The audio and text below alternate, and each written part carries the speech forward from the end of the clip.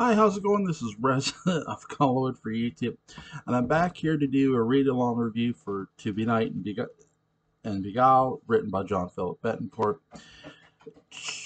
Book 2, Chapter 3. I almost said Book 2, Chapter 2. Oh my god. Book 2, Chapter 3. Cruel Intentions. Wincliffe Asylum was awash in the light of the mid-afternoon sun, covered by a gaze of gray overcast clouds that shifted from the east over the hills that made up the small rural land of the hospital compound. In the lush garden covered in gray shawl and in white slippers that barely blocked the sun from pushing up against her feet, Evie Jordan looked at a patchwork of flowers with a dazed look in her eye. She was exhausted. She had been keeping herself up at night, too scared to fall asleep, too scared to know what dreams or nightmares would come if she did finally hit the sweet spot slumber that she so craved but feared. The screams from other patients in her ward didn't help matters, or perhaps they did. Perhaps they helped her keep her mind awake and not drift away into a sleep that no doubt would bring in the haunting memories of how she got to Wincliffe in the first place. The hospital was no vacation spot. Evie was not there getting herself back into a better mental state to then return to Welshport, a better woman rehabilitated from her supposed mental break that Jacob tried so hard to force on her. She knew the family had done this to her to get her out of the way and keep from adding to their scandalous past. But just how long could they do this without anyone in her otherworld England from asking questions was the true test. Evie couldn't let go of the idea that she would somehow get herself out of this predicament. Somehow, someway, she would escape Dr. Kim and everything he was being paid to do to her. As Evie fiddled with a small yellow grass daisy by plucking petal off after petal off was joined by the young woman from her ward. The young woman had dark, long hair that went down past her waist. She was dressed in a tight pink hospital gown and tied off with a thin yellow ribbon marking her waistline. The woman's caramel-colored skin seemed to come from a confectionery so clear and warm. "Penny for your thoughts," she said to, to Evie, who looked up at her from the grass and shared her eyes from the sun to get a better look at who was looking to talk to her. The woman sat down on the grass next to Evie and grabbed herself her own yellow grass daisy to pick apart. "Oh, hello," Evie said apprehensively. "Alice. I'm Alice. We're in the same ward. Same floor, too," Alice said. Alice, yes, yes, I think I can remember seeing you, Evie. They never let us out like this. I mean, no, not this long. It's been an hour or so. Someone must be coming that is important," Alice noted. "Oh," Evie replied in wonder. "When they keep us in the garden longer than usual, that means an important guest is on the way, and they need to straighten up for then, sort of, hide the skeletons, if you will," Alice added to Evie's chilled expression. "How long have you been here?" Evie asked, since her friend seemed to know the hospital in intel. "A long while, years probably. It's been hard to count after the first three go by. And why are you here, then? I can tell you the likes of you, blue-blooded, worldly, it shines in your eyes," Alice replied. Evie smiled shyly and almost felt embarrassed that someone she didn't know could tell she was someone of what they would consider high society. Was it that obvious, she wondered? It's a long story for the most part. I shouldn't be here. My husband, Evie began before Alice interrupted. Did you kill him? No, no, Evie exclaimed. He did die, but someone else did it. And on our wedding day, it's all been a very horrible thing to even discuss. I wouldn't want to trouble you with it, Evie added. There's no trouble at all. We all have similar stories. For me, you see, I come from a long line of people, special people, people from another place that have connection to earth and nature, where I say gifted, chosen. When I tell people that they don't believe me, they don't understand me, Alice explained. Then she leaned in and whispered, They think I'm crazy. Dr. Kim says we shouldn't use words like crazy or insane, Evie replied with a silly grin, making fun of Dr. Kim.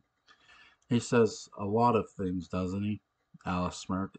I don't really think too much of him. He's full of a lot of mumbo jumbo, if you ask me. So, Miss Evie, I told you about me, now you tell me about you, Alice said. There isn't much to tell, to be honest. I came to America a few months ago to get married. My husband Sebastian was killed at our wedding, and after that, his uncle started to fake all these incidents attempting to make believe my husband had come back to life, or I don't know, maybe to try to make believe he never died in the first place, she explained. Is that so? So you never saw him, your husband, I mean, Alice wondered. No, he died. I know he died. Like I said, it's quite the complicated story. Al- you are. I just didn't know if you wanted something. Alice smiled. She could see that her new friend wasn't really supposed to be where she had been placed. But who was Alice to try and figure out what was real and what wasn't real? She had a hard time doing that in her own life to begin with. Alice was known in the hospital to be someone of a great spiritual power. She would oftentimes counsel other patients in the hospital after sessions with Dr. Kim to help them feel calmer. Dr. Kim hated that about Alice. He felt that she was counterproductive to his work, and a lot of times wanted to get rid of her as a patient. But with Alice in the hospital also meant that the hospital got a lot of money from her mysterious family to keep her there. We should be friends, Alice said, giving Evie a new flower from the grass. I need friends. It's been so lonely here. You said you were one with nature. That sounds very common. Is that something I could be too, one with nature? I look out to the garden thinking about how I can get out of here to get back to my life, and it is so torments my mind. Maybe you can teach me how to be more calm so that I can at least keep my sanity within an insane situation. Evie said, hoping her rambling made some sense. Where are you from? Evie added. From? Alice said, thinking of where she came from. A world so distant, so far away that to explain it to Evie could probably blow any kind of legitimate friendship they were forging. Yes, you're home. I come from England and lived on Welshport. Where about you? Evie clarified. A wonderful, wonderful place surrounded by the most beautiful people and deepest oceans you'd ever seen. I'll tell you about it soon, Alice said, looking to her right, though a thicket of trees and horizon that showed a speck of sea in the distance. You miss it, like I miss my home, I can tell, he replied. She was right.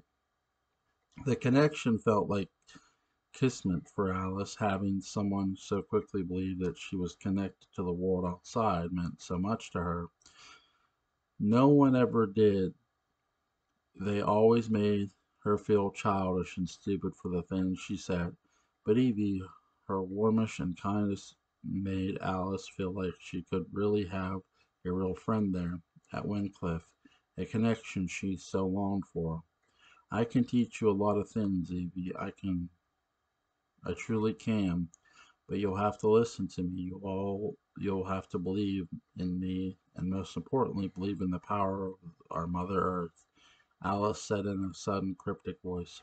And Mother Earth? Evie asked, confused. She gives and she takes to be free of all the suffering we have in us. We must come to terms with her power, and only then can truly live as one with her. Open your hand, Alice said. Evie, unsure of what was happening, opened her hand and extended her arm to Alice, who grabbed Evie's wrist with one hand, then dropped a small clump of dirt into it. She forced Evie's hand to close around the clump of dirt and told her to close her eyes. As she did, too, then she whispered a strange prayer in a language Evie did not understand or recognize. Then she asked her to open her hand, and then Evie did. The clump of dirt had sprouted one of the yellow daisies. The two had been plucking from the grass on the grounds of Wyncliffe. Evie gasped in surprise and wonder at the magic trick and asked how Alice could have performed it. It's not magic, Alice said, looking to the sky. It was her, our mother, with her power. We can set you free from here, she added. Eva looked at Alice strangely. She knew that there were peculiar people all around her at the asylum, but something was different about her. She was special. She seemed magical, and perhaps could truly help Evie get out of Wyncliffe safely. I think I'm ready to go inside. What about you? Alice said with a twinkle in her eyes. I am, Evie began, but before she could fully answer, Alice clasped her hand, and the clouds seemed to close in over the hospital, gray and dark, filled to the brim with a storm that no one expected. And in seconds, a full spring storm drew in and washed over everyone on the grounds. The nurses began to blow their whistles, calling in all patients who were out in the gardens. Alice giggled and grabbed hold of Evie's hand, and the two ran back up the large green lawn, holding up the hems of their long dresses, dashing over puddles and up the back steps back into the hospital. And watching all this was Dr. Andrew Kim from a window in his office, seething with anger that Alice had befriended his newest patient, Evie Jordan Lord. To Kim, Alice meant trouble. As Andrew Kim watched his newest patient and his most mysterious one run back to the hospital from the rain, the front area of Wyncliffe was abuzz with two visitors dressed in all black and shrouded in mystery. But the mystery was only to the nurses and patients of Wyncliffe. Under the slick black umbrella, in a large black dress that covered almost every inch of her body, was Rebecca Lord, freshly off a small ferry boat ride from Welshport to the mainland of Maine with her personal velvet Hampstead valet. Sorry. Can you stay outside, Ham? I'd prefer to speak with Dr. Kim on my own, Rebecca said, handling Hampstead the wet umbrella and pointing to a small waiting area where he'd no doubt sit in while Rebecca spoke with Kim. Of course, ma'am, he said, following her finger to the waiting area. Rebecca made her slow walk down the long, dim hallway that smelled of old clothes and wet dirt. The potted plants, large ferns that seemed to be overgrown and overwatered, stood tall in the hall in their respective double-wide, white-painted terracotta pots. The floor, hardwood and age, creaked and cracked as Rebecca walked over it. Her feet, invisible to the eye, made her look like a ghostly vision, glide over the wood floor smoothly and effortlessly. A shy nurse curtsied when she saw the ever regal Rebecca enter the show, then showed Rebecca to Dr. Kim's office. They kept the continuing rain pouring down over the hospital on the mainland. Rebecca felt an extra chill in the air from the damp hospital vents, and she tightened her mink stole around her neck as a patient in hall stared her down with a ghostly stare. Before entering a more luxurious furnished and more personal cared for part of the hospital, where Dr. Kim's office was, Rebecca turned backwards and saw several more pajama clad patients that had crowded the hallway watching the rich woman walk through the hospital halls. Rebecca smiled at them coldly, and they scattered like roaches to the light, afraid of her itchy stare. Dr. Kim will be right with you, the shy nurse said, curtsying again, then exiting. As she waiting, Rebecca sat on a hard chair, staring out of a huge checkered window that faced the grassy area Evie and Alice met on just before the cool spring storm began to fall. Rebecca's eyes squinted as the bright light from the sun pushed through the gray clouds, illuminating her face with such brightness that it seemed to remove 10 years of her age. So sorry to keep you waiting, Mrs. Lord. How are you? Kim said, rushing back into his office after a quick check in on your really patient down the hall. He reached over his desk to shake Rebecca's hand to read her to her extended arm. As she did not move closer to reach his grasp, people moved for Rebecca. Rebecca didn't move for people. I hope I'm not too late. The ferry from the island was late due to the sudden storm coming in. Then my valet and I had a hard time getting here. The port, Rebecca exclaimed. Not at all. I'm very glad you made it. So sorry in your letter, Mrs. Lord, you mentioned you wanted a progress report on Evie. Your son did not mention I had to keep the family abreast on Evie's condition in such a formal way. I don't do that for any of my patients, Dr. Kim said as he pulled the letter he received 3 days earlier from Rebecca out of a desk drawer to discuss it. With all due respect, Doctor, my son Jacob doesn't control me or what I want done in my family. In many aspects, our business, our household. So if I want a progress report, it's not for my son to say whether or not I should get one. I want one on Evie, Rebecca replied coldly. I just thought that since he signed her into Wincliffe that he would be the one to get any report or even be the one who asked for one, Dr. Krim replied back. I think you keep misunderstanding me, Doctor. What Jacob wants and what I want are two different things, and that is also true of Evie's well-being. He could be satisfied with washing his hands of her here and just pay you to keep our mentally troubled new family member, but I want a more hands-on approach. I want to know how she is. I'm concerned, Rebecca clarified. Concerned? Yes, Dr. Kim replied, almost as if he didn't believe her. Well, Evangeline has a very strong will in her. She's more than ever certain of what she saw and what she didn't see when she lived at Terramore, and I've had a very difficult time breaking her free from what your family has called delusions or factional ideas that have come to her mind since the death of her husband. To me, she truly believes the things that she saw were planted to scare her and were not indeed real, which is promising, but at the same time, she did see these things that suddenly vanished, then someone else in the household appeared. That is what is concerning me, Kim explained. And have you medicated her? Rebecca asked.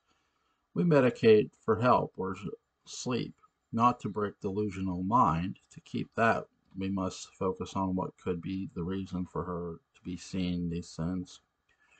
What amount of stress in her mind is causing her to manifest these visions so much so that she not only sees them but believes that they are some sort of attempt to make her go insane.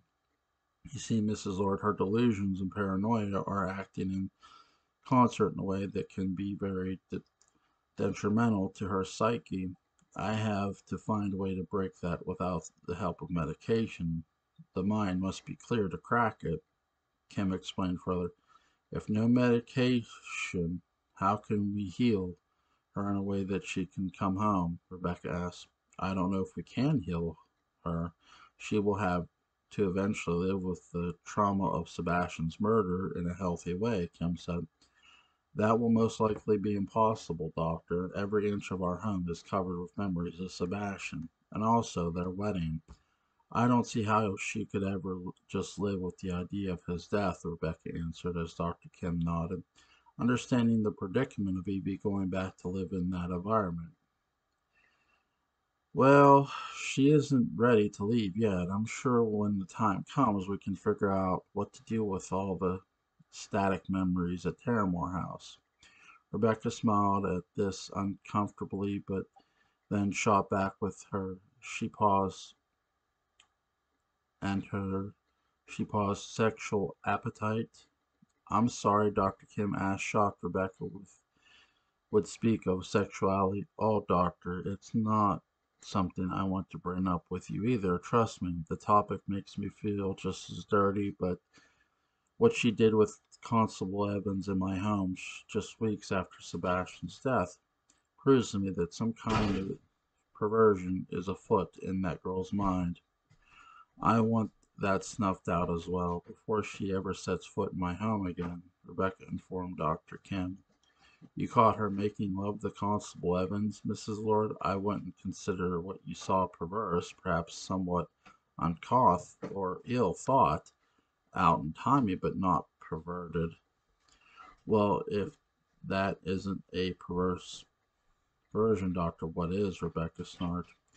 Well, Evie wasn't the one watching people make love, was she? Kim shot back Rebecca. Rebecca's eyes darted as his went up. She took a breath and quickly changed the subject as the water continued to flow down from the sky. She watched into a small handkerchief to her wrist that matched her other black glow. She tugged on the small brass latch and opened the handbag, plucking out a carefully folded paper. She handed Dr. Kim the paper and asked him to look it over. He did, and he was surprised at her interest. Electric shock, he said, with both eyebrows raised. Are you familiar with the practice? She asked. Of course I am, he replied as he brought a lightning rolled. I want you to do it on Evangeline. I want you to do it on her so that all what happened to her in the past is erased and she comes home a clean soul, a clean spirit, rejuvenated, rehabilitated. Mrs. Lord, I don't know. I haven't had enough time with Evie to really make a decision on whether electric shock therapy would benefit her. It can be rather painful and it would have to be sure it would help her. Doctor, who is paying your fee? Rebecca asked. She got up from the hard chair in front of Dr. Kim says, Mrs. Lord, please, he said, standing up in front of her, eye to eye from across his desk. Doctor, who is paying you your fee and Evie's? Rebecca repeated, adjusting her big feathery hat. Your family, Kim replied.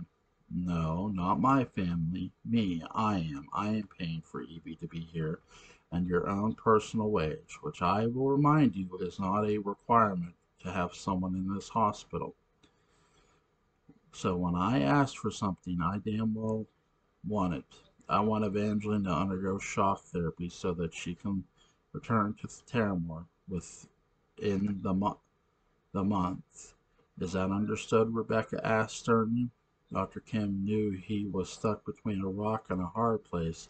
The type of therapy Rebecca wanted for you was painful and perhaps not useless in her case. But it was true that there was a lot of money on the line, thanks to the payment he received from the Lords, and also secret Jacob was keeping from the world about Dr. Andrew Kim. He had to agree. He had no choice. The alternative crossing the powerful Lord family would be social and career suicide.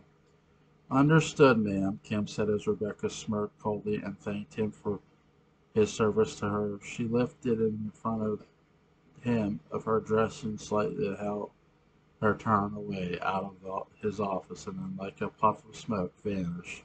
Kim sat back in his chair and turned it around to face the cold, wet window. The rain continued to pour, not as strong as before, but still a cold sprinkle fell. He wondered what mess he had gotten himself into, and wondered how in the world he would get himself and rid himself of the treacherous mother/son lord family duo. As a sprinkling storm continued to fall outside of Wincliffe, a small automobile with murmuring engine and shiny crown bumped flirting up the sickle-shaped driveway of the hospital. Just as Rebecca Lord was getting into her automobile to head to the ferry docks and come back to Washport Island, she stood on the last of the front steps of the hospital entrance and peeked out from under her slack back umbrella. Then Hampstead was holding to see Nicholas Jordan and Constable Christian Evans getting out of the automobile fresh from their ferry from Welshport. Rebecca fumed to her. Christian, the island constable, violated her trust when he seemingly fell in love with her granddaughter-in-law and went to bed with her so shortly after Sebastian's death, and just seemingly to let the investigation into Mary's whereabouts crumble in his very hands. As the two men stepped up to the hospital to free Evie, Rebecca stepped in their path. "What is the meaning of this, Constable?" the Lord's family matriarch questioned in a stern voice. "Mrs. Lord, we're here to make sure Evie is freed from this place. I don't want to anger you in the least, but you and I both know she isn't meant to be here. This is not a place for her," Christian replied, his voice nervously shaking in spots. "Absolutely out of the question. Evangeline is under the best care here, and she needs to work on these things to make behave why she did with you," she replied coldly. "And who is this?" she asked for Nicholas. "This is Evie's," Christian began just to reply, just before Nicholas interrupted. "Evangeline's attorney. I came with the constable because Evie has the right to her own anonymity. Your family did not have the rights to place her here against her will," Nicholas said in a fake American accent without Christian correcting him. "Attorney? Ridiculous. She doesn't have an attorney," Rebecca scoffed. "She's safe here and being treated for her mental. She does have an attorney, and it's me. I will have her removed here at once," Evie's brother said, attempting to intimidate the one person who wasn't afraid of anything. Rebecca stepped out from under the umbrella Hampstead was still holding up for her to protect her from the rain. She looked at Nicholas, dead yes. There was something familiar about him, something about the shape of his nose, the curve of his jawline. It was the Jordan family nose, the Jordan family jawline. Evie had it too. They were siblings, that indeed looked, but Rebecca couldn't pin it down. She hadn't seen Nicholas since he was a small boy, and here he was now, a grown 20-year-old man, instantly a complete stranger that she actually knew. It was Nicholas playing all along. He knew Rebecca would not know his face, and he hoped that this little ruse to confuse her about being Evangeline's legal representative would pay off, and she would agree to let her free from the mental hospital. But Rebecca was flesh and bone, and a businesswoman in a world filled with businessmen, and she knew every corner of the law within her power. Nicholas had no legal standing. "What you need to do, young attorney, is to get back in that automobile and get back to wherever your constable here found you, and see is on thin ice himself, and I were you would untangle myself from the intact gaps as fast as you can. Check your alliances," Rebecca shot back, still angry at catching Christian and Evie in bed, and more so Christian's inability to catch Mary Good, Sebastian's killer. "My client," Nick said, trying to sound American, "is no need for her mental health being watched over, surely not in front of an innocent tame. She needs to be, he continued before being interrupted. Evangeline is fine and being watched over by Dr. Andrew Kim, a very reputable doctor here at Wycliffe, and I have the most respect for him to care for Evangeline's mental needs. You have no need to worry, Rebecca replied, hiding the fact that they mostly definitely needed to worry. Christian swallowed hard, his heart flirting in his stomach. Something inside of him wanted to run away. Something was making him uneasy and squeamish, so much nervous energy started to fill up these feelings completely out of normal behavior. In truth, these new strange sensations were scaring Christian. Rebecca smartly noted this reaction to use her advantage. Miss Lord, I understand how angry you are with me, and how inappropriate it may seem for Evie and I to be together. Trust me, I feel very embarrassed about that night. But there is no need to punish here. Perhaps the timing was, well, bad, Christian said. I wish I could take it all back, but I can't, he said. Inappropriate is an understatement, Constable. You have yet to find any and arrest Mary Good, the one person that you should be focused on, yet here you're here, harassing me and attempting to thwart my good intentions for my granddaughter. Meanwhile, that maniac is out there killing people, she said. She's not your granddaughter, Nick replied with a hiss in his voice. She is. She's married to my dead grandson, sir. And no bond is stronger than that with the Lord family, Rebecca. She looked at I assure you, Miss Lord, I plan on making sure Mary is arrested and prosecuted for murdering Sebastian and Gaspar, Christian said, shocked in Rebecca. Gaspar, she said. I know that I've been lax on my duties, but I did see Gaspar's body that night. Evie was taken from her home and brought here. I have a hunch he too was taken by Mary, Christian said. You are out of your mind, sir, Rebecca laughed. Perhaps Evie wasn't the only one who was seeing things and making things up in her own infirm mind. Gaspar is fine, alive and well. He's back in Europe, living in his own life. He's not dead, Rebecca said, lying through her teeth. But I saw him. He was dead, Christian replied. Poppycock, Rebecca said. Yes, she said again to Nick. I would get away from this constable as soon as possible. As you can see, he's not in his best mind for him as well. Before you continue on this whole push of Evangeline's freedom, check the company you keep. Rebecca added, gaslighting to the two men about Gaspar's true fate. Rebecca snickered at the two men whose face felt cold with the icy wind that blew. In the rain, she quickly turned and got into her black automobile. As Hampstead lifted an eyebrow, the men still standing on the hospital steps watched as Rebecca with two Hampstead drove off into the rainy distance, headed to the ferry terminal to get back to Welshport. Her lawyer, Christian said to Nicholas. She can't know I'm here. As soon as the Lords know I'm here in town, they'll do everything else to get rid of me, Nicholas said. What's this about your relationship with my sister and this Gaspar person, he added. It's a long story. I can explain about Evie's later, but what I saw the night Evie was taken to Wycliffe was a man dying on the floor of the Terramore. At least I thought I did. No, I did. I see him. She can't be right about Gaspar leaving the country back to France, Christian said.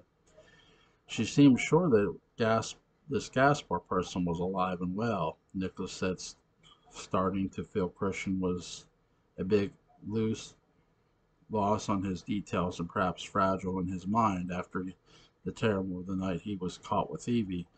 Perhaps Christian replied, his confusion starting to make him feel inept at his job, and in truth, he felt humiliated and stupid. The idea of Sebastian's murderer still unsolved, and now the Gaspar issue heaping more pressure on his maid, Christian's second guess himself, and be quickly realized that allowing Rebecca's explanation about Gaspar rushing off back to Europe was to benefit too. I guess you can feel with the later with deal with that later. Shall we go in? Nicholas said, looking up at the large hospital in front of him. No. What? Nicholas exclaimed. We came all this way. Rebecca is right. We don't have the legal right to go. I'm in and take up Evie's case. We have to go to a court and proclaim an injunction to free her. The Lords have plenty of money and power to keep this going, but my job is already on the line with the Mary situation. This would make matters worse for Evie and for me. As soon as I get a judge to sign off, we'll be back, Christian said. But Evie, is she going to be okay in there?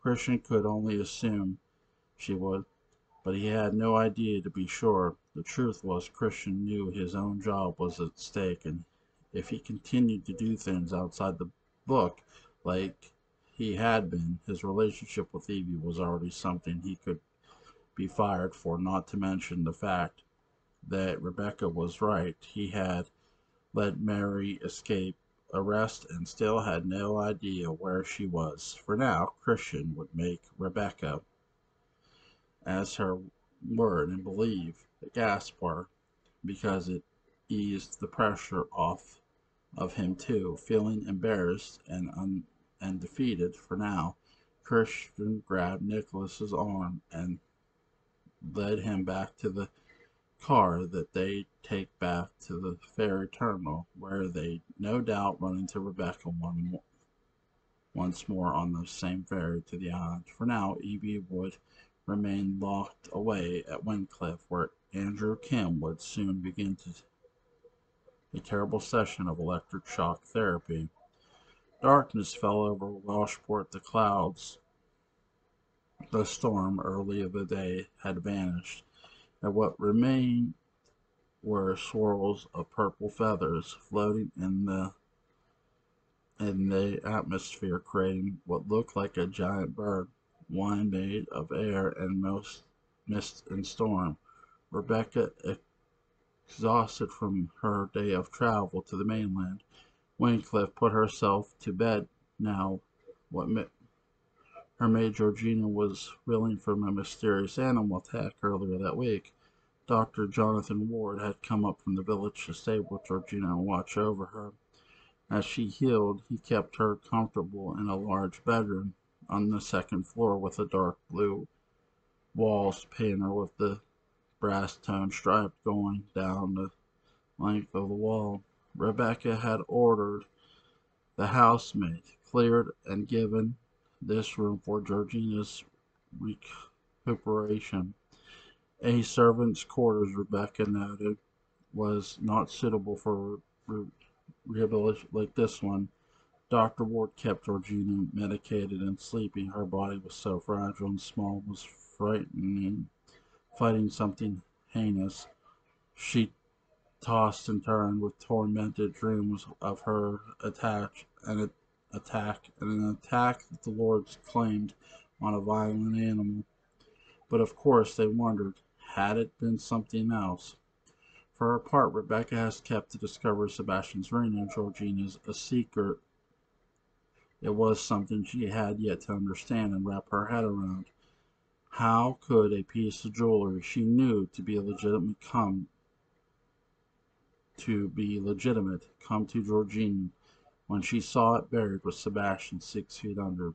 As Dr. Lord carefully checked Georgina's heart rate after her last night terror, Jacob walked in, eager to find out what Dr. Ward thought of the maid's situation. He believed whomever killed her Gaspar tried to kill Georgina, and most likely has Jacob next on the chopping block.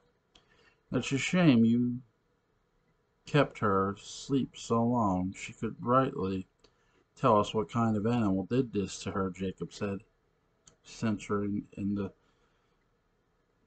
sitting in a fluffy low seat nearest to the large window in the center of the room. What makes you think this was an animal? Dr. Ward wondered. What, you think? You don't think so? Jacob said, probing to see if Ward was on what Jacob already suspected, even though the family said it was indeed an animal attack. The wounds are strange. Wounds like this I've never seen, given by any kind of animal. Welshport doesn't have bears or large cats. A wild boar running from Terramore Forest could tear open skin, causing strange-shaped lacerations, I suppose. But then why or how would a boar reach her neck in such a way? Dr. Ward pointed out. It's a bite of some sort. Perhaps it was some kind of wild cat we don't know is lurking out in these woods. People come in on a ferry from the mainland all the time and bring things with them that are not native to the island. A lynx or mountain lion or some kind could have been just a thing, Jacob replied, hoping it was true. He wanted it so badly to be true. He couldn't imagine anything else for people around him that wasn't an animal, and didn't even matter what Gaspar died inside the mansion with no sign of animal entering. Jacob just wanted to his hunch to be true, to be the only truth, so that it could be on about his schemes, and only a fear a wild boar or a giant cat haunting him. An animal he could handle, something else, a maniac, a cunning and smart murderer out for revenge for one of Jacob's many misdeeds, is too overwhelming scenario for his evil mind to comprehend. The paranoia on the truth would kill him too. Mr. Lord, I can tell you exactly. Could it have been something like that? Yes, but the likelihood of it not being that animal is just as strong. We could always, in an anthropologist from Boston, or maybe even Augusta, they would know more about than myself, Dr. Ward suggested. No, no, that is out of the question. My mother wouldn't feel comfortable having more strangers temple through her home. I've even surprised she let you in, Jacob said, only half joking. When Georgina awakes, we will ask her. It'll be simple, and and we'll know everything. Dr. Ward, slightly annoyed by Jacob's clear paranoia, felt that Georgina was indeed attacked by a human, and Jacob saw behavior felt as if he were actually the actual culprit, but he wasn't.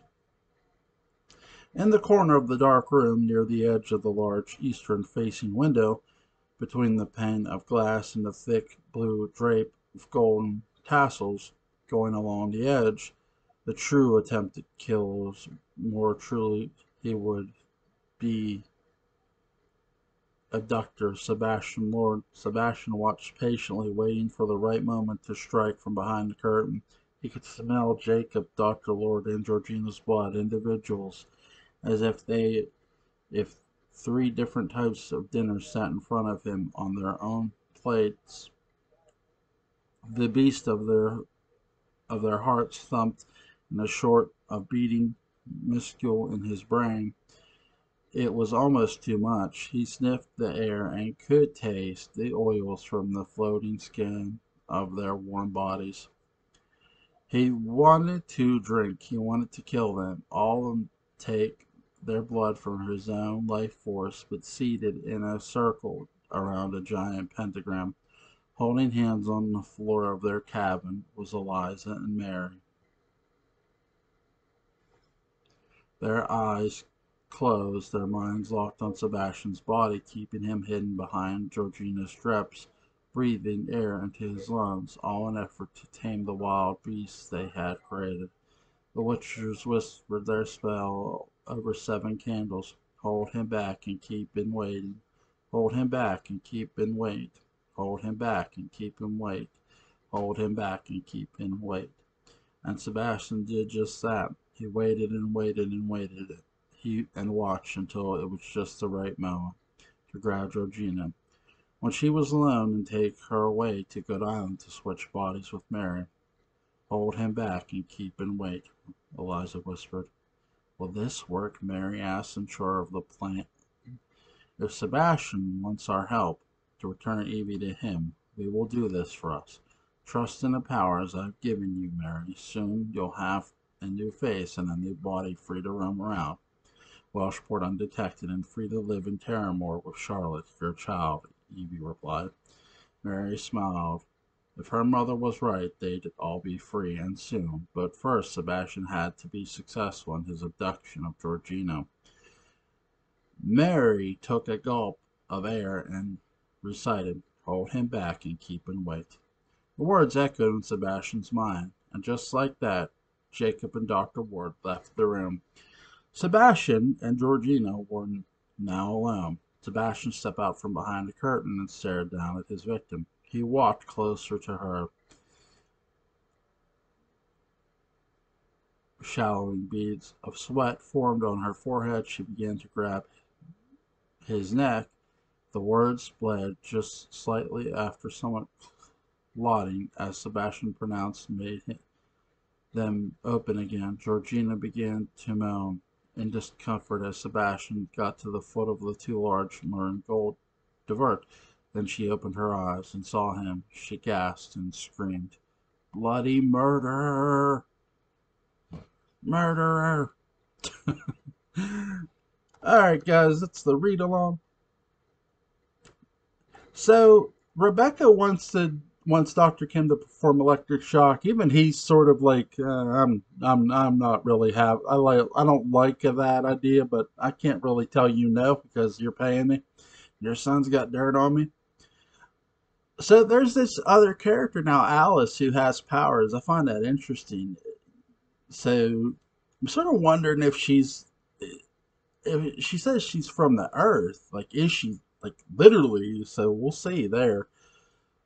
I really like the scene setting, and I like the fact that Nicholas realizes he can't tell Rebecca the truth. He can't tell Rebecca that he's Evie's brother. They'll just get rid of him too. So you know, Nicholas ain't really too happy with Christian, but do I think Christian's gonna find Mary? I think Christian, in my opinion, again, I guess I'll make a prediction here. I think he's gonna investigate the matter further, investigate Mary's, the disappearance of Mary a lot further, and talk to Philippe because he was on Good Island too. Some more.